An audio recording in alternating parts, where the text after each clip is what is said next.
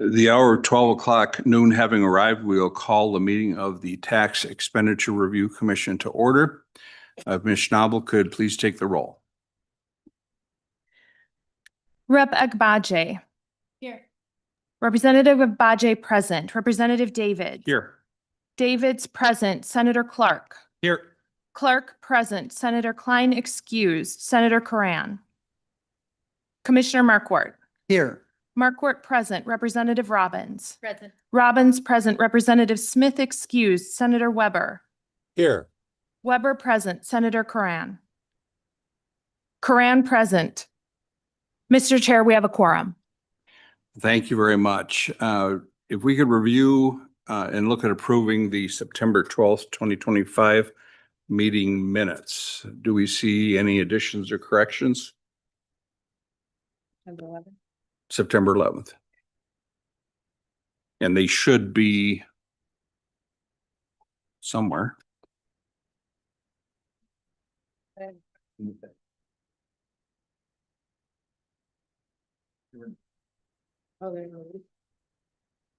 Sorry. Oh, here they are. Yeah. Okay, members, you have them in your packet there. Mr. Chair.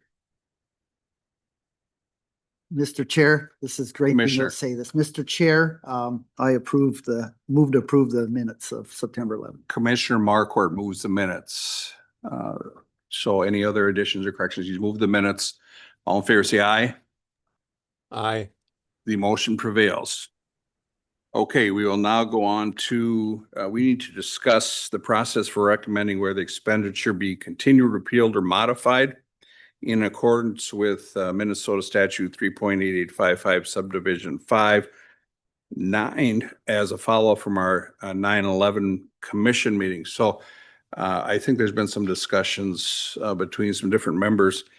I'd like to turn it over at this time to Co-Chair Agbaje to kind of update us on this issue. Sure. Thank you, Mr. Chair. I believe most of the commission members have probably been approached at one point or another.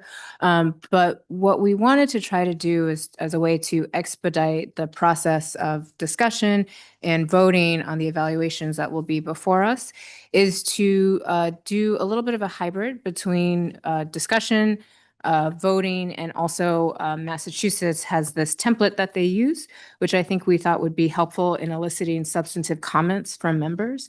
So what we have proposed, Co-Chair Davids and I, is that we would have a template made for Minnesota that after an evaluation that members would then receive, they would fill it out on their own. So this would require a little bit of homework. They would fill it out on their own. Essentially, this template that we saw at our last meeting asks a series of questions. Is the tax expenditure meeting its objectives? Is the tax expenditure being used by the folks it was intended to be used by? How much does the tax expenditure cost the state? And a number of other questions. And then to the extent that members either agree or disagree with those statements, the LBO would help us tabulate those and aggregate that. We would receive an aggregated report that would be presented at the next TERC meeting. And at that meeting and presentation of the aggregation, we would then go into a discussion and a vote on whether to keep the tax expenditure, modify the tax expenditure, or repeal the tax expenditure. And so that would be the method that we would propose to handle the evaluations moving forward. So that way we can start to develop a list of recommendations from the commission. The second part of that is, of course, what to then do with that list of recommendations. I don't think we're at that point yet. We've tossed around a couple of ideas, but until we get to that point, but we at least wanted to at least get the ball rolling to making sure that we had different recommendations for different tax expenditures that would at least go in the annual report for now. Thank you very much, Co-Chair Agbaje. I'd like to open this issue up for discussion at this point from members before we move on to our first presentation from the LBO. Senator Weber's with us online. Any thoughts, Senator? Thank you, Mr. Chair, and thank you, Rep. Agbaje and Chair for seeking out the models and evaluating. I think it's a great, being first time on here, I think a model would, in some basic structure, some uniformity, I think would serve us very well. I like how you described it, walking through, once we see the model and can agree on those terms and conditions that we move forward. I like the way it's laid out, and I think it'll be really effective. And in addition to, for those that follow in all of these positions, to have some operating model or standards to build upon from legislative session to legislative session is what we've, at least in my 9 years experience of, well, that's just how we used to do it. And those unwritten rules become rules and policies that are impactful without any justification to continue them or understand the impact. So I'm a yes vote. Commissioner Markworth. Thank you, Mr. Chair, and totally agree with the senator's comments, and thank you for the proposal. And you know me, I always like a little bit of homework. I like that a lot as being part of the process. But no, it sounds very thorough and complete. And I did, like the senator said, just a good process that others can follow and can be long lasting. So thank you for putting that together. Senator Clark, any thoughts or comments or? Okay. Thank you, Chair. I think to Senator Karan's point, it will systematize, it will make this a more programmatic, intentional review for our membership and memorialize. So I too am a yes, and have appreciated the folks who went out and found a few models for us, and the Massachusetts one seems to be an excellent starting point. Thank you, Senator. Chair Agbaje. Thank you, Co-Chair Davids, and thank you to members of the commission. I just want to add too that we hope that it'll be partially an iterative process. I'm sure the first couple of evaluations might be a little rocky, but as we start to figure out what works best for us in Minnesota, we're open to updating that. But I think as Senator Karan said, we definitely want something that can be memorialized and used for the future. So that way, 10 years from now, when maybe we're not here anymore, people will know what to do. I'll be here. You'll be here? Well, we'll see. We don't know those things. That'd be quite presumptuous. So that being said, do we want to have staff look at putting the form together? I mean, we've got a template and make it a Minnesota template. Would that work for the next meeting to have that? Yeah, we can pull it. Christian? Chair, yeah, we can pull that together. I think for the staff, as kind of identified, having something maybe drafted in terms of kind of a formal process to say, I think we can put together a template and follow up and with the chairs and say, like, would you like to send it out for this meeting, whatever else it might be. But next time, perhaps bring it back and saying, look, could we formalize this so the staff are very confident in what we should and shouldn't be doing with that information, things of that nature, and so that we can maybe have that documented for ourselves might be useful. So. And I think Co-Chair Agbaje, I think Representative Smith brought up some good points. When is it private information? When is it public information? Your thoughts on that? Yes, thank you, Co-Chair Davids, and thank you, Director Larson. Yes, we will develop a plan, or not develop a plan, we have a plan, but we'll write down the plan so that way you guys have it for your records. And then I think at the next meeting, if we can see a sample of the template for Minnesota, that would be helpful. In terms of complying with our open meeting law statute, which I believe is Minnesota statute 3.055, if I'm correct.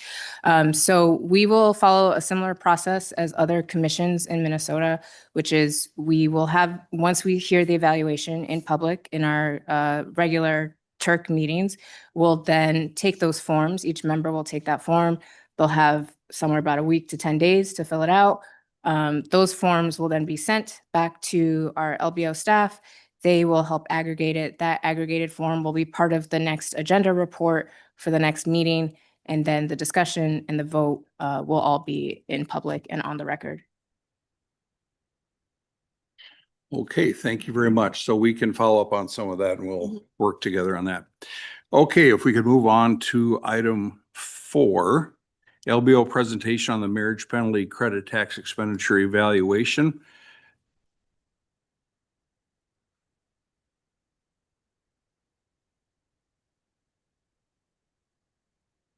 And if you could please state your name and who you represent for the record, please.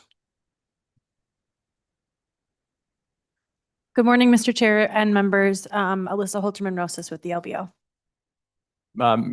Mr. Chair and members, my name is Carlos Whiteka with the LBO. And welcome to the committee. Please present your testimony.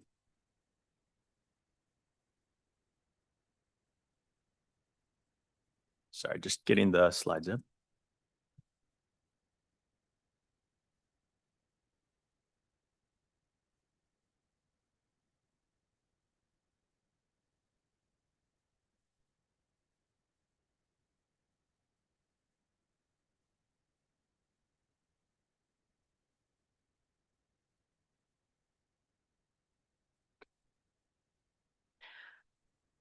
Co-chairs and members, again, my name is Alyssa Holterman Rosas with the LBO.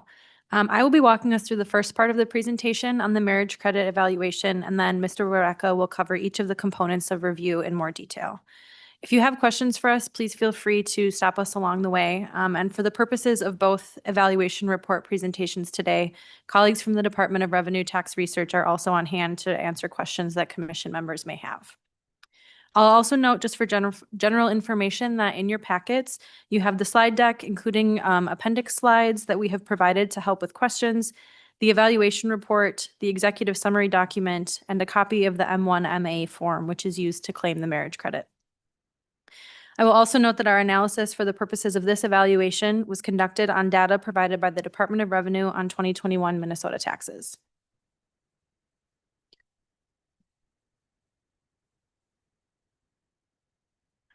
This slide covers our agenda for the presentation. We will start with the approved tax expenditure objective for the marriage credit, and then go over some background information on the credit and the evaluation. We will summarize the evaluation findings and then walk through each of the 9 statutorily required components of review individually.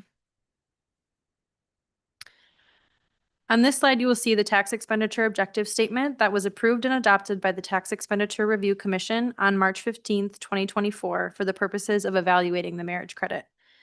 The objective of the marriage credit is to reduce marriage penalties resulting from Minnesota income tax brackets for qualified two-earner married couples who file a joint return. The marriage credit was first enacted in 1999. It is a non-refundable credit available only to joint filers, and it applies to resident and non-resident filers alike. The credit is designed to compensate for the increased tax liability experienced by couples who file income taxes jointly. This increased tax liability is referred to as a marriage penalty. The marriage penalty occurs if one or both filers have some portion of their income taxed at a higher rate when filing jointly than if they had filed as a single filer. While the individual's income remains the same, the combined income of a couple filing jointly is used to determine the joint tax liability. And given Minnesota's progressive income tax structure, one or both individuals may be in a higher income tax bracket when filing jointly. The credit is claimed via one of 2 calculations, depending on the income of the lesser earning spouse, using Form M1MA. I will discuss how and when the penalty occurs in more detail in just a moment. The latest claims estimate included in the tax expenditure budget is from 2023. In that year, there were 422,200 claims of the marriage credit. The maximum credit in 2024 was $1,801. This slide shows the 2023 Minnesota income tax brackets for single filers in the table on the left and married filing jointly filers in the table on the right. For a simple example, we can imagine 2 single filers, each of whom has a taxable income of $50,000 after the standard deduction. When filing as single, each individual would have a marginal tax rate of 6.80%. Now imagine those individuals marry and file their income taxes jointly. With a combined taxable income of $100,000, their marginal tax rate is 7.85%. This means that a portion of each individual's income is taxed at a higher rate than it is when they file as single. The result is $234.75 in increased income tax liability for the couple. This is their marriage penalty. The state's answer to the marriage penalty is the marriage credit. The goal of our evaluation was to determine whether the marriage credit does in fact address the marriage penalty for Minnesota filers. What follows on the next slides are a few examples of the marriage credit that will illustrate its mechanics and some of the outcomes of those mechanics. All of the examples will use 2023 tax rates and calculations. The examples demonstrate how the M1MA form is used to calculate the marriage credit, and some instances in which that calculation results in a credit that does not equal the marriage penalty experienced by that couple. In example one, we have taxpayer A with $40,000 in taxable income. They are married to taxpayer B, who has $45,000 in taxable income. The couple has no dependents, so their combined joint taxable income after the standard $27,650 deduction is $57,350. Because the lesser earning spouse, taxpayer A, earns less than $114,000, the couple uses the Schedule M1MA lookup table as required by statute. Using this lookup table, they receive a $146 marriage credit. If they were to use the calculation in Part 2 of the Schedule M1MA form, which exactly calculates the marriage penalty and therefore results in a credit that exactly matches that penalty, they would receive a marriage credit of $178. Thus, the use of the lookup table results in a $32 underpayment of this credit for this couple relative to their marriage penalty. Example 2 also results in an underpayment for taxpayers A and B, each of whom has taxable income of $105,000. The couple's joint taxable income after the standard deduction is $182,350. Again, the lesser earning spouse in this couple earns less than $114,000, so they use the lookup table from Part 1 of the Schedule M1MA form. That lookup table gives them a marriage credit of $235. However, using Part 2 of the form, they would receive a marriage credit of $316. Therefore, using the Part 1 lookup table as required results in this couple experiencing an underpayment of $81 relative to their penalty. The use of the lookup table can also result in an overpayment or a marriage bonus, as we'll see in example 3. Taxpayers A and B in this example are married and have no dependents. Taxpayer A has a taxable income of $35,000. Taxpayer B has a taxable income of $38,000. Their joint taxable income after the standard deduction is $43,350.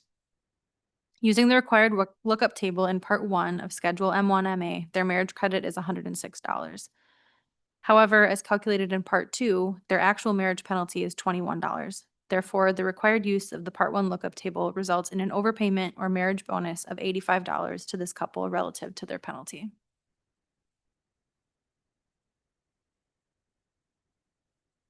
This slide contains an overview summary of our evaluation findings. We conclude that the marriage credit covers the marriage penalty experienced by 59% of filers. Under the current mechanism of the credit, some couples receive a net marriage bonus or overpayment of the credit relative to their penalty, and some receive a net marriage penalty or underpayment of the credit relative to their penalty. The total statewide cumulative impact of these under and overpayments is $139,720 in marriage penalties or underpayments of credits to filers. Options for addressing effectiveness will be covered in Component 5. The evaluation also found that the non-refundability of the credit means that couples who have their tax liability reduced to zero through this and other credits and deductions may not receive the full benefit of the credit. I will now turn it over to Mr. Wareka to discuss each of the components of review in more detail. Mr. Chair. I'm sorry, but could you go back? I still don't quite understand when you go into Part 2 where the one credit is more than the other and why you end up with an underpayment. Could you just go over that one more time? So there's different schedules and just kind of what's the difference and what, I don't know. Okay. Mr. Chair and Commissioner Marquardt, so if the lesser earning spouse earns less than a certain threshold, it's all on the same schedule. But if the lesser earning spouse earns less than that threshold, they use the lookup table rather than using a calculation. And the lookup table is broader, right? And you fall into sort of a midpoint of that. And so the calculation of the credit is not exactly the calculation of the penalty. Whereas in Part 2, the penalty exactly, or the Part 2 calculates your exact penalty, and then that is the credit that you receive. Mr. Chair, so if you're under a certain threshold, the lowest income spouse has to use the lookup table. And what was the rationale for that? I mean, what legislature? At what point was? Gosh, I hope it wasn't in the two.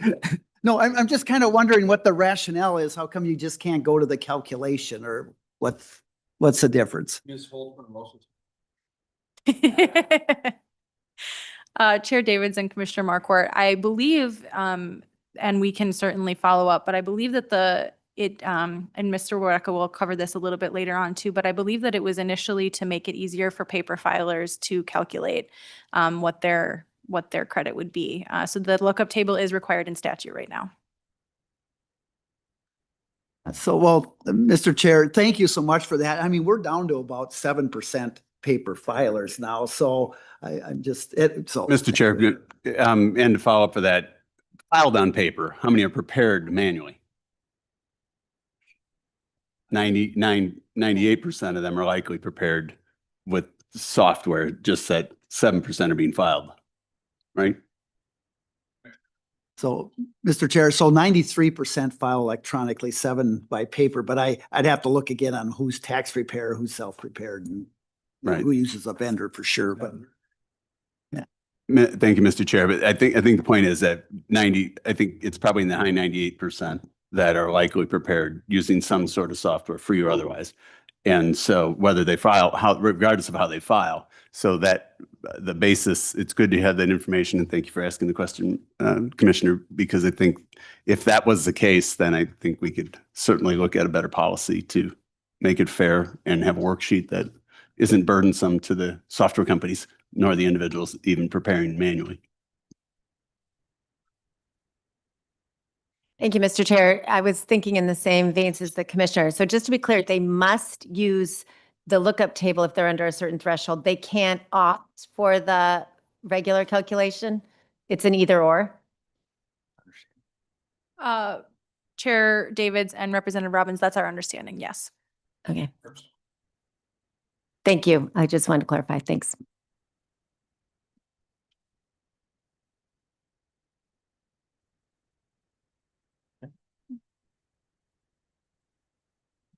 Chair Davids and members, my name is Carlos Whitaker with the LBO, for the record. Thank you. So as my colleague Alyssa just mentioned, I'll provide an overview of our evaluation findings with respect to the first 8 components of review required under Minnesota Statute Section 3.8855, Subdivision 5. To begin, the first required component is an estimate of foregone revenue. The estimates on the slide are the same estimates that you'll find provided by the Department of Revenue in the 2024 tax expenditure budget. So for the current fiscal year 2026, the estimated fiscal impact is $107 million, $107.3 million. The second required component is an objective of the tax expenditure. My colleague already covered this item, so I'll just reiterate that the Tax Expenditure Review Commission did adopt and approve the objective on the slide in March of 2024 for the purposes of evaluating the credit. So the third component is to assess the impacts and efficiency in accomplishing its objective. The marriage credit is found to be effective at compensating for a marriage penalty for married couples whose lesser earning spouse makes less than that threshold, or I'm sorry, makes at least up to that, above the threshold of $114,000. Again, that's specific to the 2023 form. That threshold adjusts annually. For married couples in which the lesser earning spouse makes less than $114,000, the marriage credit is less effective. To understand impact and efficiency, we looked at income sample data at an aggregate level. The sample data available to us at the time is from tax year 2021. Based on the sample data, it was estimated that there were 426,974 claims for the marriage credit. My colleague just described the process of calculating the marriage credit in the 3 sample cases. So in the course of our evaluation, we conducted a similar exercise for 75 different scenarios. So 75 different combinations of income between a married joint filers. Out of these 75 scenarios, there were 62 instances where the hypothetical couple was directed to use the lookup table to calculate the marriage credit. We found 24 cases where that hypothetical couple received a credit that was either higher or lower than the actual penalty that they experienced by at least $10. The range of differences in these scenarios was upwards of an overpayment of $105 and an underpayment of $105 as well. So we conferred with our colleagues at the Department of Revenue's Tax Research Division, The tax research explained that these discrepancies are a result of using the lookup table that is designed based on the midpoint or the credit at each combination of joint taxable income and the earned income of the lesser earning spouse. So this design can lead to overpayments and underpayments. The tax research division provided an estimate that where there were 175,161 cases where the credit calculation differed by 50 cents or more in that 2021 sample data. So meaning that about 41% of claimants are impacted by an underpayment or an overpayment. So again, in that sample data, underpayments are estimated at $636,383, and overpayments are estimated at $496,663. So again, the cumulative impact is about $139,000 in underpayments. So more detail on the estimates to underpayments and overpayments can be referenced on page 17 of the report. There are two other scenarios that introduce inefficiencies described in more detail within the report. These are on pages 18 and 19, but both of these scenarios are less common. One scenario relates to the non-refundability of this credit, meaning that some taxpayers do not receive the full compensation for the penalty that they incur. The other scenario relates to those itemizing their deductions and benefiting from an assumption baked into the calculation within Part 2 of the schedule, which relates to the allocation of assets between a couple. So this is only relevant to some within the 8% of the population that itemize their deductions. So moving forward, just in terms of administrative efficiency, our office determined that this credit is burdensome to claim if you're submitting a paper tax filing. This is based on the number of lines required by the M1MA form to determine eligibility, let alone the possibility of having to cross-reference up to 5 line items on one's federal tax filing form just to determine eligibility. Additionally, there's the fact that there are the 2 calculation methods, and once a method is determined, if you're referenced to the lookup table, the 2 axes are nuanced enough to possibly create confusion for folks. And then if you're directed to skip over the lookup table and use Part 2 of the schedule, there are up to 10 steps to calculate the credit. Once the credit is calculated, taxpayer must use Schedule M1C to claim non-refundable credits, and then include the total from that form on their M1 form. So there are quite a number of steps, which each one could introduce potential for error. And so again, I just want to reiterate that these items I just mentioned really only apply to the roughly 6 or 7% of the population that files on paper. The fourth component required is a comparison to a direct expenditure with the same objective. So such a program does not exist, as this is not a policy that is meant to encourage a certain behavior or activity. So the policy really tries to address an unintended penalty that results because of our state's income tax structure. So it's ultimately trying to correct for a math problem. Excuse me. Another requirement of these evaluations is to identify potential modifications that would make these policies more efficient or effective. And so in further discussions with the Department of Revenue's Tax Research Division, 2 potential modifications were identified to help mitigate the inefficiencies of the tax credit calculation that result from the lookup table. So one alternative is to repeal the requirement for a lookup table and instead require that all filers use the calculation method outlined in Part 2 of that Schedule M1MA form. Second alternative is to modify the lookup table to allow for finer income ranges to reduce the variance from the midpoint at each income combination. So statute also requires these evaluations to produce a revenue neutral tax rate. To understand the revenue neutral tax rate reduction, what would be required? The Department of Revenue completed these calculations and published them in the 2024 tax expenditure budget. To offset the cost of the marriage penalty, income tax rates for married joint filers could be reduced by 0.045%. Now, in the case of this tax expenditure, it is worth noting that reducing the tax rate would not necessarily eliminate the occurrence of increased tax liabilities, that result from filing taxes jointly. So again, this is a function of our progressive tax structure, not a particular good or service that is being exempt from tax. Okay. So statute requires an analysis of the incidence of the tax expenditure and its impact on the state's tax system in the case where a tax expenditure is considered to be a significant tax expenditure. So to that end, the 2024 tax expenditure budget provides the incidence of the tax expenditure by population decile. So population deciles rank household income into 10 equal segments, each segment containing the same number of households. So the first segment or decile includes households with the lowest household income, while the 10th decile includes households with the highest household income. The occurrence of the marriage credit is tabulated for each decile to illustrate the distribution of that credit. 94% of the credit goes to households in the top 3 earning population deciles. So put another way, these households are more likely to be impacted by the marriage penalty, by the progressive income tax structure. DOR also provides a suits index, which is a measure of the policy's progressivity or regressivity.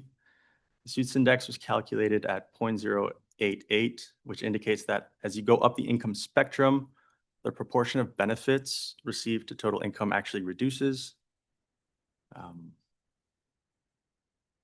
Okay, so the last component that I'll cover is an analysis of cumulative impacts of federal and state policies aimed to address a similar activity. So at the federal level, most tax brackets are doubled for joint filers, which does address the issue of a marriage penalty, but it increases the likelihood of a marriage bonus, which we discussed earlier. Cumulatively, Minnesotans benefit from the marriage bonus at the federal level. However, the same Minnesotans who experience a marriage penalty from the state's tax structure are not necessarily the same Minnesotans that benefit from the federal marriage bonus. So this is the case for about 191,200 returns in Minnesota. So the last component of review, as you've already discussed, is a recommendation to the legislature. So with that in mind, we're happy to provide more information on the specifics of the evaluation or to any of the material that was presented today. And again, the slide deck does contain more material that we have time to present on in the appendix section. So we encourage members to reach out if there's any questions on that material. We're happy to take any of those questions. Thank you, Chair Davis. Thank you for the presentation. There were 2 points I wanted to go back to just for clarification. So in one of the slides about potential modifications, you talked about how either the table could change, or if we remove the table, then there's a greater calculation that might be burdensome for paper filers. Could you just expand on that a little bit more? I wasn't fully following how that Mr. calculation Whittaker. would happen. Yeah, Chair Davids, members, so Schedule M1 MA form, there's a Part 2 component that does require the calculation. However, statute requires that the department produce a lookup table, and so they have to produce that as the first option. And then if a joint couple, if the lesser earning spouse is beyond that threshold, then they are actually directed to use the calculation method. So the alternative proposed is to forego the lookup table altogether, with the mindset that most people are filing electronically now, and so they don't have to go through the 10 steps themselves. The software kind of does that for them. So in those cases, it might just be more efficient. There is the potential for the few that do file on paper that they will still find that burdensome. Co-Chair Bodger. Thank you for that clarification. So that's probably just a function of technology and data. Then the second question I had, also for clarification, on the incidence of the tax expenditure and effect on state tax system. You talked about how as the income rises for the couple, I don't know if it's one or both of them, but that the proportion of the incentive to total income reduces. So does that mean that they get less of the credit the higher their income is, or? Mr. Whittaker. Yeah, Mr. Chair, members, so yeah, that mentioned it was more so the benefit is capped at that $1,801 for 2020 3. And so as your income goes up, you're not necessarily getting a larger benefit. It's capped. And so you might get up to that threshold of, or I'm sorry, that cap, but it doesn't go beyond that. It's a mathematical problem. And so it kind of stops there. Thank you. Co-Chair Agbaji. Okay. Other questions from members? Senator Corn. Mr. Chair, thank you. It goes back to my original question. I think when we talk about the impacted 6% and depending on it for determination of impact I don't think we've got great options, but we don't have all the data. And so I think we've got to know what's the percentage of tax returns prepared via and with computer software relative to those that are prepared and filed by paper or paper and prepared by hand. And I think that number is going to be likely 98% or higher. If we can get that, I just did a search on it, and all the data is contradictory on an AI engine. It comes up with a 94%, but it says all returns prepared are 41% by computer software. And that's just not possible. So, but I think that would be helpful before, to understand the impact. Are we talking about 6%? Are we talking about 1.5% of the impact? I think it would be impactful to our decision. So we got to try and find that number. Mr. Whitaker, thoughts? Mr. Chair, members, we don't have those numbers. We can try to find that and ask the Department of Revenue if they have any insights to those numbers as well and follow up with members. Okay. Other questions? Co-Chair Agbaji. I'm sorry, Senator, were you finished? Okay, Co-Chair Agbaji. Thank you. And I think Senator Cram brings up a good point. I guess then my question is if the staff has already tried with the Department of Revenue to find kind of that data to see who the burden would fall on, can we then say that maybe a good proxy is the 7%, 93% that the Department of Revenue has been able to come up with?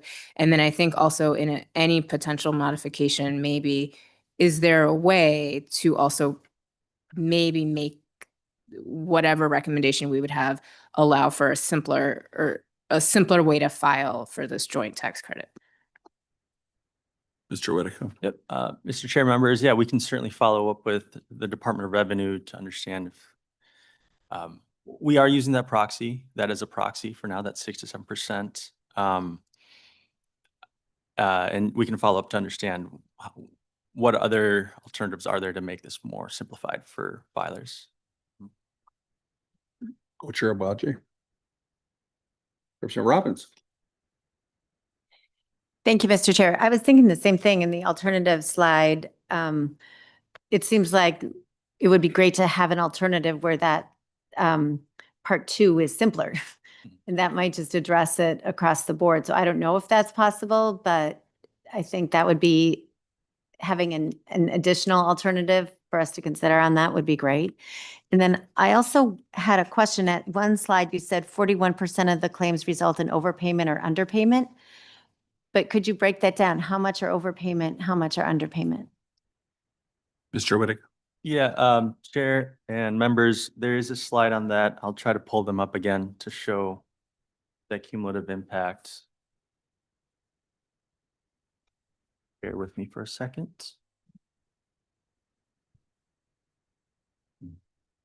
Yeah, there's a dollar amount. I just was looking for the percentage. Oh, a percentage. Yeah. Oh, sure. Off the top of my head, I believe it's 60% was an overpayment, an underpayment, and 40% was an underpayment. Roughly off the top of my head. Okay. Just if you can get Representative back to me. Robbins. I'm sorry, Mr. Chair. If you could just get back to me on the actual amount, that'd be great. And I had one more question, Mr. Yeah, Chair. Representative Robbins. Thank you. So at one point on slide 15 of component review number 4, you said that this is not about addressing or incentivizing certain behaviors. It's addressing a math problem. But yet later we talk about the federal bonus for marriage, which seems to be incentivizing behaviors. So is there any will or discussion, or has there been in previous commissions about that we actually want to incentivize marriage? Mr. Whitaker. Mr. Chair, members, the alternative of doubling tax brackets was considered early on prior to 1999 in the state. And that's based on some of the legislative history that we researched. Ultimately, it was decided that because it would create marriage bonuses, that wasn't the alternative that the legislature wanted to take at that point. And so the marriage credit was the alternative that was chosen. But there was no discussion to the motivation being to incentivize marriage. Person Robbins. Thank you. Well, I'm not sure if that's the purview of our committee, but I think it's something that would be worth discussing as we think about modifying this. Thank you. Thank you, Representative Robbins. To Mr. Whitaker, or Ms. Rose said that 1999 is when this started. Do we have any idea, and I don't expect an answer today, on how many were filed online? I think you could file online 99. And how many were paper? Probably just flipped. Mr. Whitaker. Chair, members, we don't have the information, but we can certainly reach out to our colleagues at the Department of Revenue to see if they would have that information. Okay, thank you. Any other questions? Okay, Mr. very Chair, good. Mr. I do think Senator. I just spoke to Commissioner Marquardt, and I think we might be able to get to that number.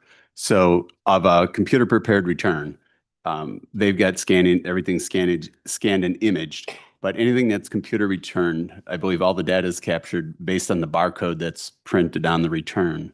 So we wouldn't have to look for those that are handwritten. All handwritten would be scanned or would be data captured without a barcode. So maybe the Department of Revenue can search for that data to get us to the percent that are computer prepared and not handwritten. Questions or comments? Oh, okay, I believe we can move on. Thank you very much. Really appreciate your presentation. Let's go to number 5, members. LBO presentation on the solar energy systems, wind energy conversion systems, exemption, evaluation, sales and use tax. So if we could, let's get the papers around here first.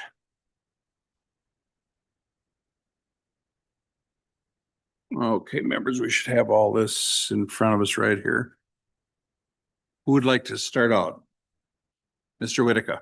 Yep. Chair, members, again, for the record, my name is Carlos Whitaker. Here with my, I'll let you introduce yourself with the LBO. Chair David and members, for the record, my name is Thomas Rainey. I'm a program evaluator with the LBO. Welcome to the committee, sir. Who would like to start? Mr. Whitaker. Yep. I'll start, Mr. Chair, just going to pull up the slides here. Bear with me for a second.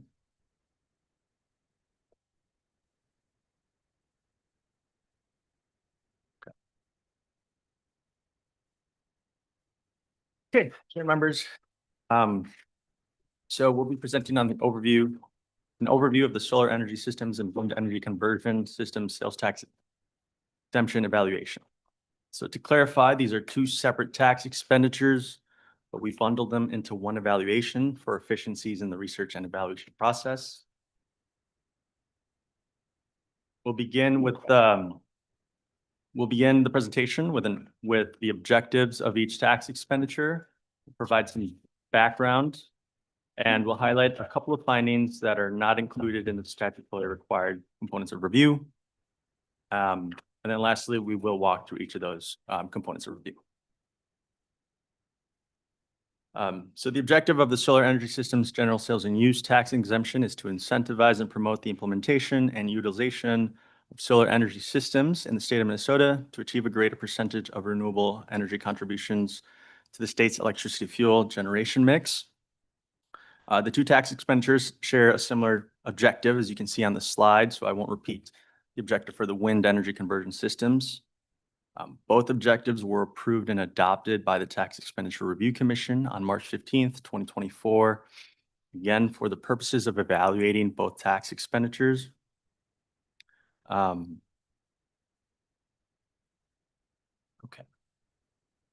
So just some background, the solar energy systems are exempt from the sales and use tax. The exemption was enacted in 2005. And the latest fiscal impact estimate is $10 million for fiscal year 2026. A solar energy system is a set of devices whose primary purpose is to collect solar energy, convert it, store it for useful purposes, which include heating or cooling buildings or other energy-using processes. Also to produce generated power by means of collecting, transferring, or converting solar-generated energy. So a common example of these devices you might be aware of, like a solar panel you see on someone's rooftop or in someone's backyard. There are other types of technologies that are eligible. For example, a concentrated solar thermal system, which uses mirrors to concentrate heat. So there's just various configurations of these types of systems, not just a solar panel.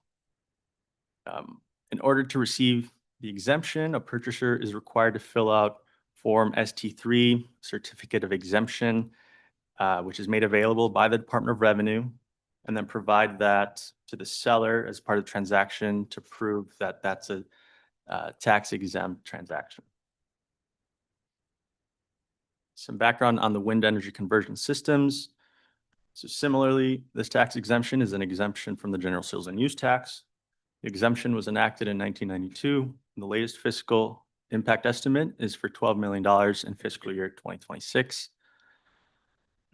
The exemption applies to a complete system as well as to materials used to manufacture, install, construct, repair, or replace the system if it was used as an electric power source.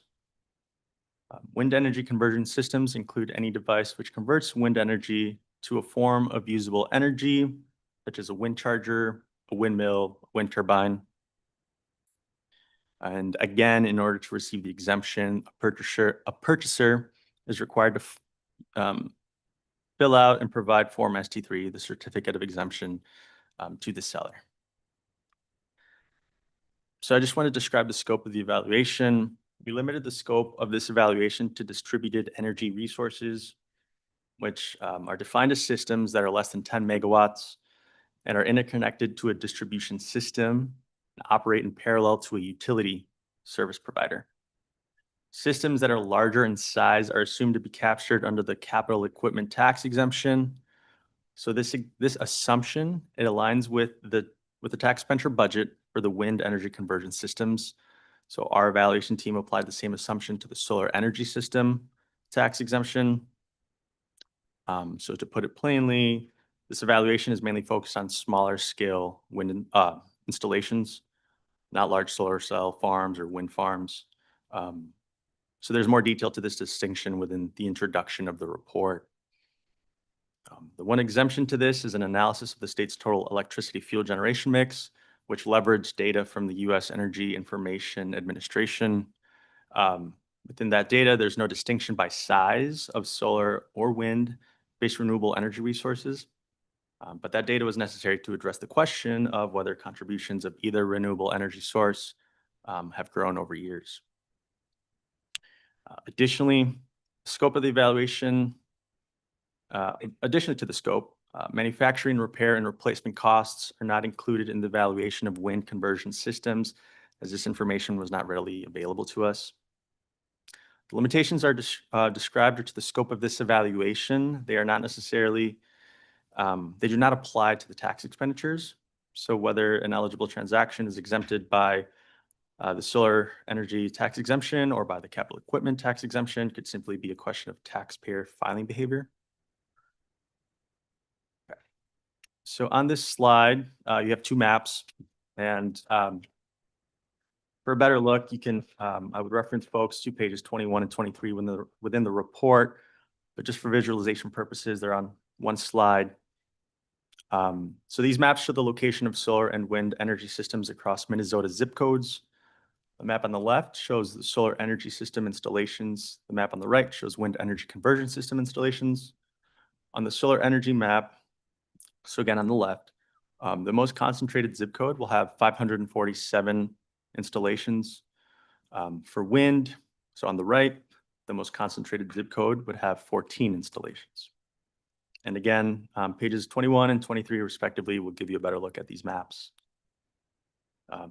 So solar sites tend to be more common near areas with a higher population, where the wind sites tend to be located in areas that produce higher wind speeds and are more viable for siting locations. With respect to wind energy conversion systems.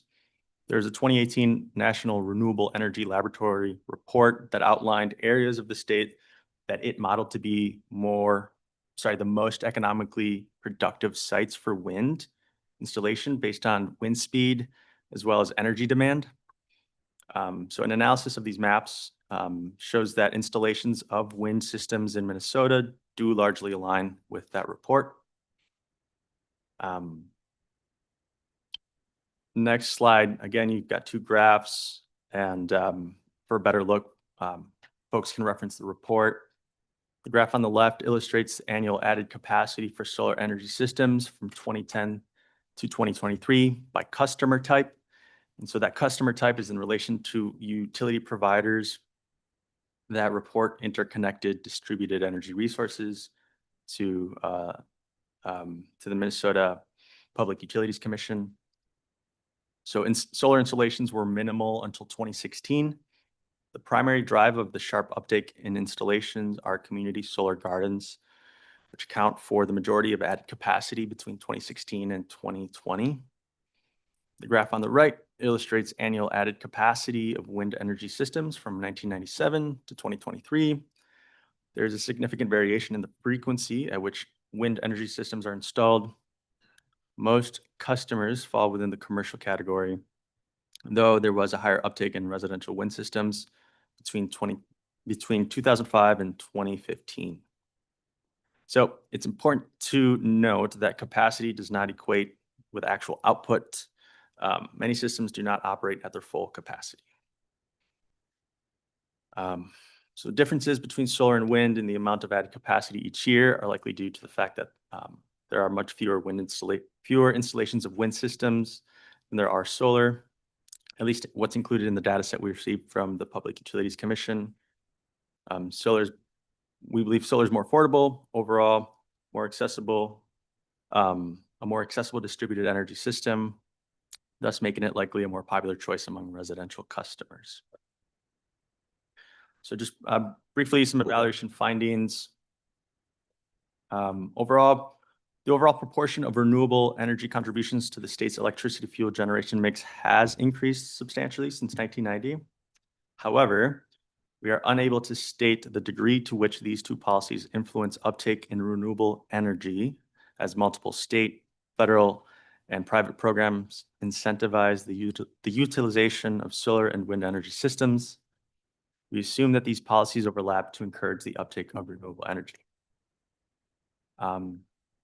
Another item here is due to the fact that data was made available to our evaluation team by utility companies, the LBO produced estimates of foregone revenue in previous years that may vary from the Department of Revenue's tax expenditure budgets from previous years. We'll explain that more, but again, essentially data was reported as non-public to the Public Utilities Commission, and so it would not have been made available at the time that the tax expenditure budgets were published. Okay. So on this next slide here, just going over the electricity fuel generation mix.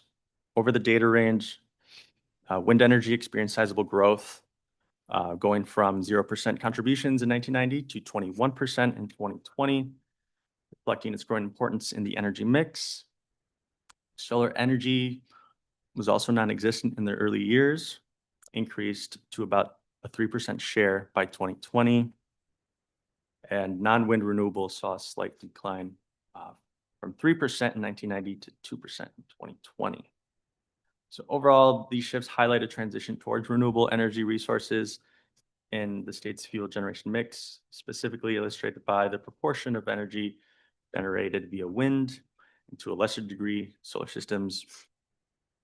For context, the proportion of renewable electricity generation fuel sources is slightly higher in Minnesota than it is across the US as a whole. Okay, so the LBO estimated foregone revenue estimates for previous calendar years using total installed costs of distributed energy resources that are reported to the Public Utilities Commission. It's understood that the reported costs include system and installation costs, Additional interconnection cost data was received from Minnesota Power and Xcel Energy for the purposes of this evaluation. As I described, this interconnection cost data was reported as not public to MPUC, but it was made available to us at an aggregate level. And so the figure displays LBO estimates of foregone revenue, both with and without estimates associated with the community solar gardens to illustrate the magnitude of their impact and uptake in renewable energy resources. So just lastly here, though there was a rapid increase in foregone revenue due to community solar gardens, this is not likely to continue or necessarily decrease for several reasons. First, the growth in community solar gardens is most likely due to Minnesota's Community Solar Garden Program, which as a result of legislative changes made in 2023 is likely to slow in growth. This decrease in growth is already evident in the decreases in annual capacity in recent years. And lastly, changes in federal policy are likely to drastically decrease the number of clean energy projects, including community solar gardens. So with that, I'll turn it over to my colleague, Thomas Rainey, to go over the components of review. Mr. Rainey, please state your name and who you represent for the record, please. Yeah, Chair Davids and members, for the record, my name is Thomas Rainey with the Legislative Budget Office. As my colleague mentioned, for the remainder of the presentation, I'll provide an overview of our evaluation's findings with respect to the first 8 components of review as required under Minnesota Statute Section 3.8855, Subdivision 5. So component 1, the estimates of foregone revenue here are taken from the 2024 tax expenditure budget published by the Department of Revenue Tax Research Division.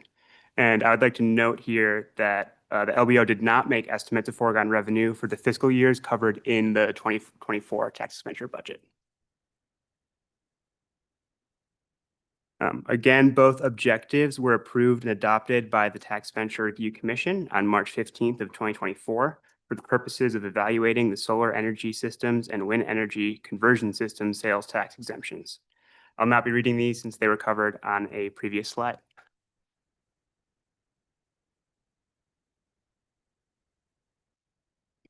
Impacts and efficiency in accomplishing objectives. Based on the findings of this evaluation, it is likely that both sales and use tax exemptions meet their objectives in that they contribute to a broader policy initiative. However, we cannot speak to the direct impacts of these tax expenditures as standalone policies. Estimating the measurable impacts and efficiency of the 2 tax expenditures in accomplishing their respective objectives is complicated for several reasons. First, due to the complexity of the renewable energy policy area, it is difficult to empirically assess the measurable impacts of one specific piece of renewable energy policy. For example, multiple state, federal, and private programs incentivize the utilization of wind and solar energy systems, making it difficult to parse out the impact of a specific policy. Thus, we assume that these policies overlap to encourage the uptake of renewable energy. Second, there are significant data limitations that inhibit the ability of the LBO to conduct comparative analysis at the level required to estimate the measurable impacts of a single tax expenditure. Additionally, the levelized cost of renewable energy has decreased independent from government subsidies. Levelized cost refers to the cost of a fuel source per unit over the assumed lifetime of that fuel's production system. This allows for comparison between different technologies.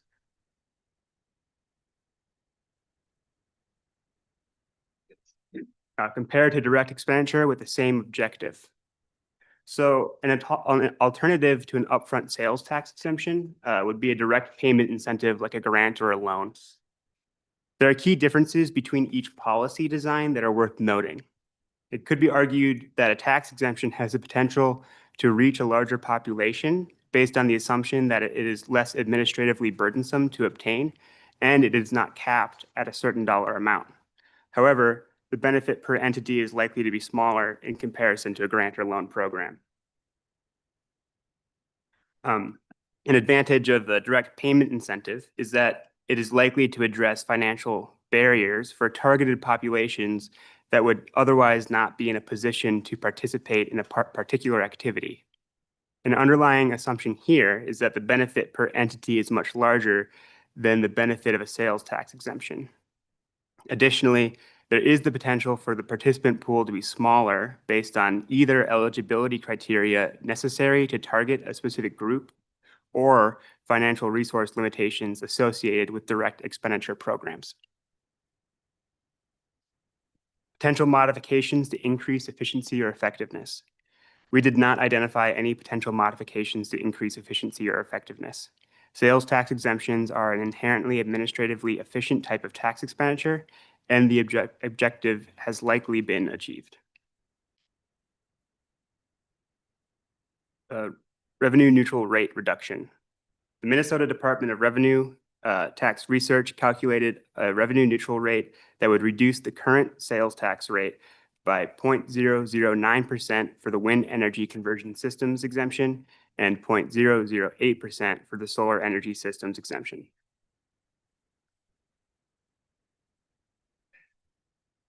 Incidence of the tax expenditure and effects on the state tax system. Tax incidence refers to who ultimately bears the relative burden of a tax that is levied. An incidence analysis is not available for wind energy conversion systems or sales energy systems sales and use tax exemptions. The Department of Revenue Tax Research assumes that the incidence of both exemptions to be similar to the incidence of the business sales tax. A brief analysis of the incidence of the business sales tax is provided in the report based on incidence breakdown found on page 135 of the 2024 tax expenditure budget. Based on claims for the residential clean energy credit at the federal level, the LBO estimates that 67% of the value of these exemptions are realized by households with adjusted gross incomes in the top 24%. Cumulative fiscal impacts of other state and federal policies. The cumulative fiscal impacts of other state and federal taxes providing benefits to taxpayers for similar activities in calendar year 2023 are about $77 million for solar and roughly $1.3 million for wind. These estimates include the Minnesota Solar Energy Production Incentive Program, the federal residential clean energy credits, and federal grants under the Rural Energy for America program. The estimates of fiscal impact are not comprehensive of all available programs given data limitations. Examples of programs that are not included in these estimates are incentive programs offered by utility providers and federal exclusions from income on utility-provided subsidies. The last component of review is a recommendation from the Tax Expenditure Review Commission to the legislature to continue, repeal, or modify the policy. And for the sake of time, we are not covering the appendix slides during this presentation, but they have been made available for reference. And we are happy to provide any discussion and answer any questions from members. Thank you.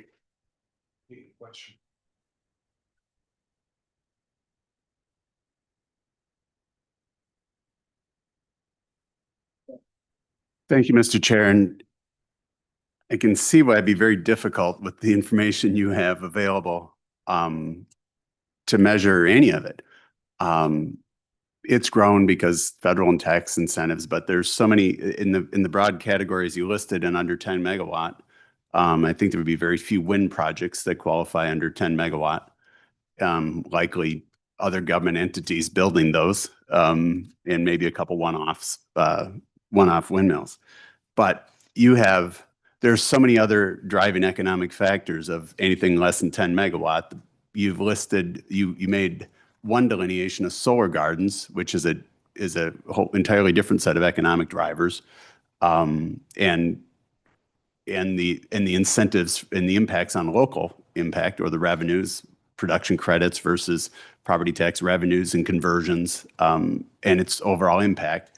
And then you have solar gardens, and we don't have any delineation of which are solar gardens, which are less than 1 megawatt.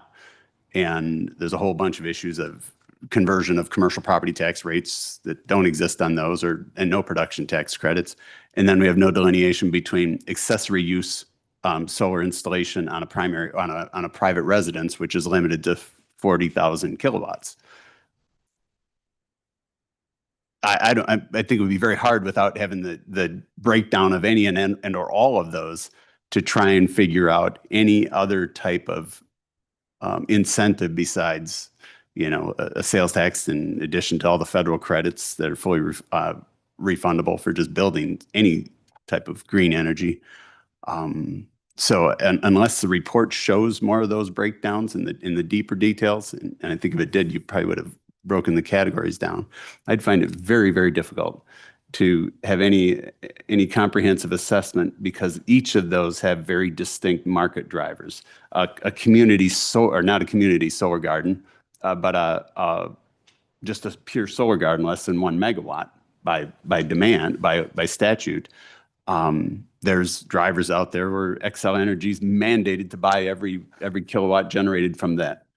And the economic impacts to the rate holders are terrible for solar gardens because the rates are somewhere $200 a megawatt hour, 4 times that of any other industrial production.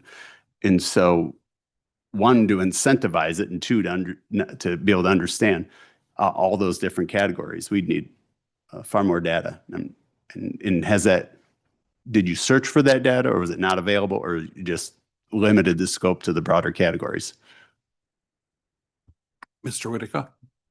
Yeah, Mr. Chair and Senator, yes, to your point, we're limited in data. And so you'll find that the report is basically describing trends over time and contributions to the state's fuel generation mix by these 2 source types, despite the size.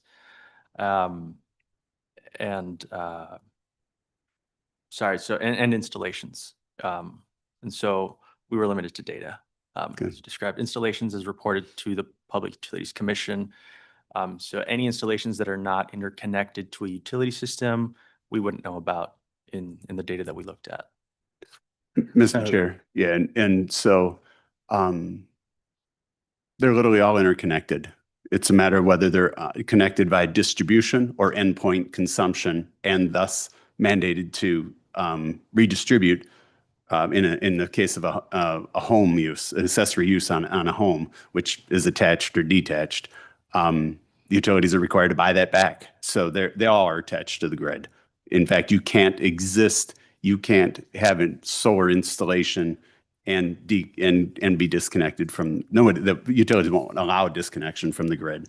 So by and large, they're all connected. It's just a matter of what connection you're measuring. And each type has unique requirements and unique limitations. So I can understand the challenge you've had with but I don't know, it'd be very, very difficult for us to understand. Besides, it's a subsidy. Okay, we got more. This is probably the least impactful influencer of any conversion of power outside of the federal mandates. Or I'm sorry, not the federal mandates, state mandates, and then the federal energy credits that have been available for all of these. Industrial, with no delineation, over 10 megawatt, over 50 megawatt, industrial, PUC managed, or anything under anyone and or all of them qualify. And they're probably the largest driving factor of that conversion. It's just the subsidy. I don't know that the sales tax one has literally any impact. And without the other details we just talked about it, and the overall impact of the underlying or the underlying legislation across each and every one of those categories I defined, it would be very, very difficult for us to do anything besides, yeah, we'll throw them a token. It's a few dollars relative to the scope of the overall investment, but I doubt it's driving anything in all actuality. Other questions or comments? Representative Robbins. Thank you, Mr. Chair. Thank you for the presentation. So in the slide on number 12, where it's the estimated cost, it's, in the current fiscal year, 10 million for solar and 12 million for wind. How would that break down between the types of beneficiaries, commercial, community solar, residential, utility? Who wants out? Mr. Rainey, Mr. Whitaker?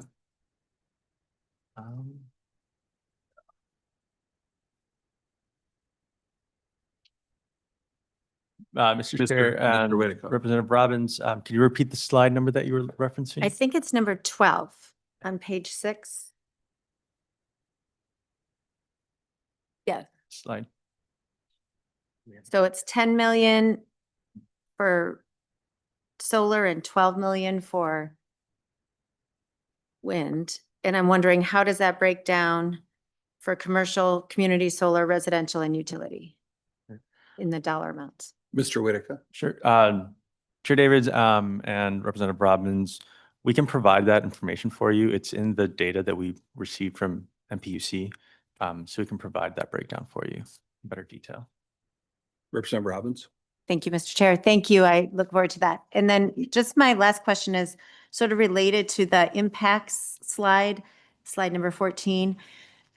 So you say it, we can't have the data, so we don't really know what the impact is or if it's efficient, but yet it's meeting the objective. Can you help me understand why you can still determine it's met the objective when we really don't know? Mr. Rainey. Yep, Chair Davids and Representative Robbins. Yeah, the logic behind that statement is not to speak to the individual tax expenditures, but rather the broader policy area. So we're speaking to the programs mentioned in the component 8 altogether, and want to make it very clear that we're not speaking directly or speaking only about this individual tax expenditures. Representative Robbins. Thank you. I think the other gentleman wanted to say something as well. Mr. Whitaker. So Chair members, the objective is quite vague. And so if you look at the objective, it's to incentivize and promote the implementation and utilization of solar energy systems, in that case, to achieve a greater percentage of renewable energy contributions. So it's that contribution that is increasing over time. And so based on that, we assume that it's contributing along with other state and federal and private incentives. And so we are making the assumption that it is promoting and incentivizing the implementation of the systems. To the degree to which it's doing that, we can't speak to that. Representative Robbins. Thank you, Mr. Chair. Thank you for that. I just think it's hard to tell if this is really working. So I think that's something we all need to consider as a committee. Thank you. Other questions? The two presenters. Co-chair Bobby. Thank you so much, Mr. Chair, and thank you guys for the more detailed report. I guess by my look at the information you've provided us, it appears that at least in some spaces, we have seen there has been an increase over time of at least capacity by users and consumers of renewable energy. There's also been more programs around. My understanding is that, we have a larger legislative objective in terms of energy use. And so the idea of looking at one individual tax credit, I think would be hard to discern exactly what that tax credit is doing. But I guess we'd probably have to talk about it in the context of everything else that Minnesota has done over the decades to try to incentivize renewable energy uses along with the federal government. So I think that this is helpful to understanding that larger question.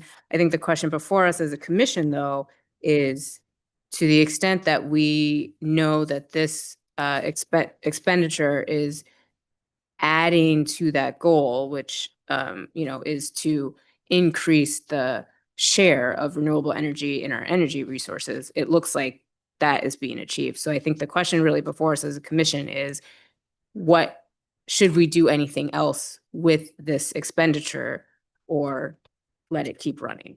So I would just add that, Mr. Chair. Very, very good point. I kind of got stuck on page 5, slide 10. And I meet every year with my rural electric cooperatives out in the country there. And I think we have a Minnesota mandate, and I appreciate what Co-Chair Bajay said. It's a much bigger picture. Mm-hmm.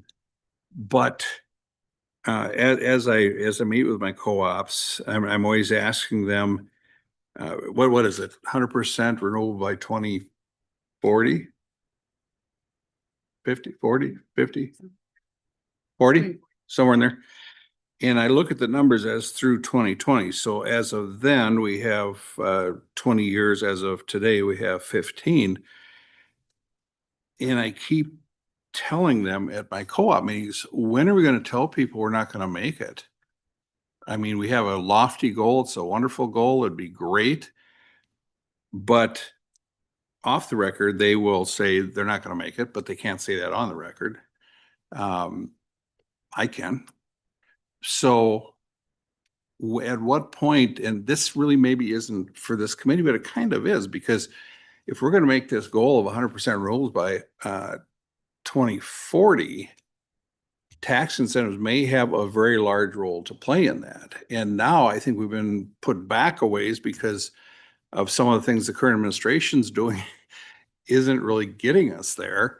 And so I really appreciate your comments, Coach Agbaji, that it's a bigger picture. We're going to have to think of a lot more things, because if you look as of 2020, I'd like to see it for today, 2025. Do you have figures like that, gentlemen, at all, or Mr. Whitaker?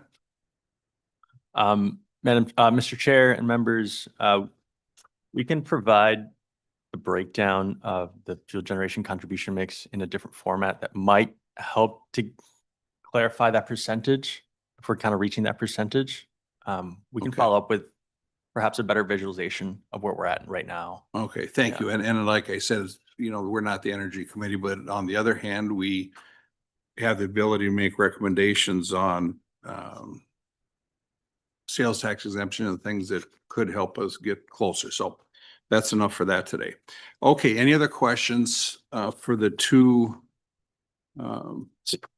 folks that have testified today? Okay, thank you very much, gentlemen. We will move on. Item 6 on the agenda, commission direction to staff. Do we have any direction to staff? I think we do. Yeah. Thank you, Mr. Chair. I think really our direction to staff now, which will come from us, is writing down the game plan to pursue the recommendations for the 2 evaluations we've heard today. And I forget how many evaluations are hopefully next month, but so then that way we have all of that in writing for the set of evaluations. So hopefully when we meet again in January, we can start taking votes on those evaluations. And thank you very much. And I think that the agenda or the plans that we have set forward here, Coach Eric Baje and other members of this commission, it's going to be more work for us, but I think that's what we're here for. I really think by doing it this way, we're going to be much better in moving things forward on, should we have this one or not? And that's kind of where we're at. So, okay, agenda items for next. Do you have anything else right now, Co-Chair Baji? Okay, agenda items for next meeting, Mr. Larson or Mr. Larson? Excuse me, Mr. Chair, and members. So for next meeting, we're looking at having 3 evaluations presented, one for small alcohol producers, one around utilities, and one around lawful gambling. And then in January, we have the data center tax expenditure evaluation, which we have contracted out with the University of Georgia. They are planning to be ready for that presentation in January. Can we move that up sooner? We did talk to them just yesterday. It's January. They need till January. Okay. And then the commission will or should meet in January again to review the work of the year, put together an annual report, which the LBO will draft on behalf of the commission, and the commission will review so that the information is then presented to the legislature on what the commission did for that year.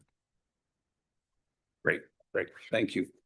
Other items that we have from all members or staff for the good of the order? Oh yeah, we got in your pack sheet of the per diem form. And that does count towards your retirement if you're on the old plan. It does.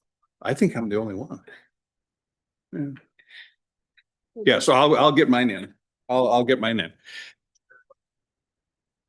But then you'd have to retire and there's no plans there. Why they changed that in 1999, I have no clue. And it was bipartisan. I was a senior member by then. Oh. Yeah, so, okay, so anything else for the good of the order? Staff, thoughts? Okay, with that then, I'm looking forward to the next meeting. With that, good government all the time. We are adjourned. All right. So you have the gavel next. Gavel next. Next.